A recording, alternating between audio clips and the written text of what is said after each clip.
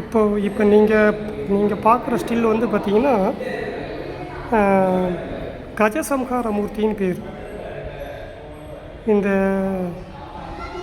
அசுரர்கள், அதாவது கஜசம்ஹார மூர்த்தின்றது என்னென்னாக்கா, இந்த ரிஷிகள்லாம் வந்து அபிஷார ஹோமம் பண்ணிவிட்டு ஒரு யானையை வந்து சுவாமிக்கு எதிராக அனுப்புகிறாங்க. அந்த யானையை வந்து சம்ஹாரம் பண்ணி யானையோட தோலை உரித்து சுவாமி போர்வையாக போத்திக்கிற ஒரு வரலாறு நடந்துச்சு. இதுக்கு பேர் வந்து கஜசம்ஹார மூர்த்தின்னு பேர். அந்த ஒரு வடிவம் தான் இது. அதாவது இந்த சம்பவம் நடந்தது எங்கன்னா, சிதம்பரம் பக்கத்தில் வழுவூர்னு ஒரு கிராமம், வழுவூர்னு ஒரு ஊர். அந்த ஊரில் வந்து ரிஷிகள்லாம் பார்த்திங்கன்னா, சுவாமிக்கு வந்து பலம் சேர்க்கறது எங்களுடைய யாகத்தில் கொடுக்குற அவிர்வாகத்தினால தான் அப்படின்ட்டு ஒரு கர்வத்தில் இருக்காங்க.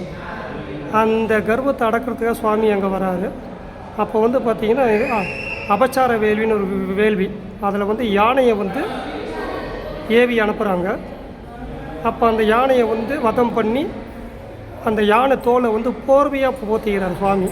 இதுக்கு பேர் கஜசம்ஹார மூர்த்தி அப்படின்ட்டு பேர். இந்த ஒரு இது வந்து சலகண்டீஸ்வரர் கோயிலில் தூணில் இருக்குது. இது ஒரு வித்தியாசமான ஒரு வடிவம், அதனால் இது ஸ்டில் எடுத்து போட்டுருக்கு. நீங்கள் வந்து பார்த்திங்கன்னா, கோவிலெல்லாம் கருட சேவைன்னு ஒரு சேவை பார்ப்பீங்க. கருடாழ்வார் மேலே வந்து சுவாமி வந்து பவனி வருவார். 2 கையில் சுவாமியுடைய பாதத்தை கருடன் ஏந்தி நிற்கிற மாதிரி ஒரு ஸ்டில்லு பார்ப்பீங்க.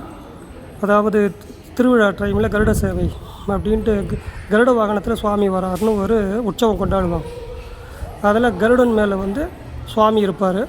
அந்த 2 பாதத்தை வந்து பெருமாளுடைய 2 பாதத்தை சுவாமி வந்து கையில் தாங்கி நிற்கிற மாதிரி இருக்கும். அந்த வடிவம் இங்கே வந்து ஜலண்டீஸ்வரர் கோயிலில் தூணில் செதுக்கி வச்சுருக்காங்க. ரொம்ப அற்புதமாக இருக்குது. இது வந்து பார்த்திங்கன்னா கருட சேவை அப்படின்னு பேர். கருட வாகனத்தில் சுவாமி வந்து பவனி வர்றதை சிற்பமாக செதுக்கி வச்சுருக்காங்க.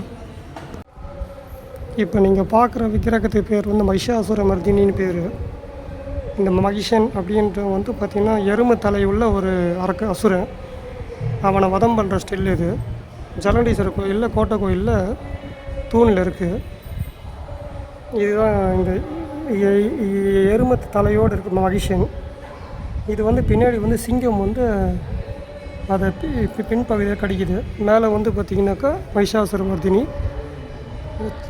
சக்கரம், சங்கு, கேடயம், சூலம், கத்தி இப்படி வச்சுட்டு ஒரு மகிஷாசுர மர்தினி, மகிஷனை வதம் பண்ணுற ஒரு உருவம். இப்போ நான் ஒரு விஷயம் சொன்னோம் இல்லையா, முருகருக்கு வந்து வலது பக்கம் மயில் இருந்தால் இந்திர மயில், இடது பக்கம் இருந்தால் அசுர மயில். இது வந்து இடது பக்கம் முகம் இருக்குது, ஆனால் அது கொஞ்சம் சிதிலம் அடைஞ்சிருக்கு. இது இடது பக்கம் மயில் முகம் இருந்தால், அதாவது சுவாமிக்கு இடது கை பக்கம், இது வந்து அசுர மயில்.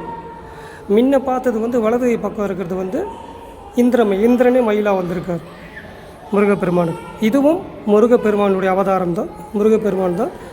இங்கே வந்து பார்த்திங்கன்னா சுவாமிக்கு இடது கை பக்கம் மயில் இருக்கணும். இது வந்து சிதலம் அடைஞ்சு போயிருக்கு, இந்த முகம் கட்டாயிருக்கு. சுவாமிக்கு இடது கை பக்கம் மயில் இருந்தால் அது அசுர மயில், வலது பக்கம் மயில் இருந்தால் இந்திர மயில். இது வந்து பார்த்திங்கன்னா முருகப்பெருமானுடைய ஷண்முகர் வடிவம். ரொம்ப விசேஷமான வடிவம் தான் இது. 6 தலை உள்ள முருகர். இப்போ இங்கே 3 தலை மட்டும் முன்னாடி தெரியுது, பின்னாடி 6 தலை இருக்கும். இது நான் வந்து பிரத்யேகமாக இப்போ நான் எடுத்துகிட்டு இருக்கேன்னா, இந்த இது தெரியுது பார்த்தீங்களா,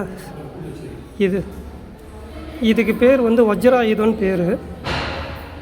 அதாவது வந்து தேவயானியை முருகப்பெருமானுக்கு திருமணம் செஞ்சு கொடுக்குறப்போ யானையை சீதனமாக கொடுத்தாரு, கூட எந்த வஜ்ராயுதத்தையும் கொடுத்தாரு.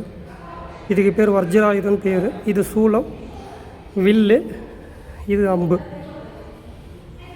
இது வந்து அம்பு, இது வஜ்ராயுதம், இது வந்து சூலம், இது வில்.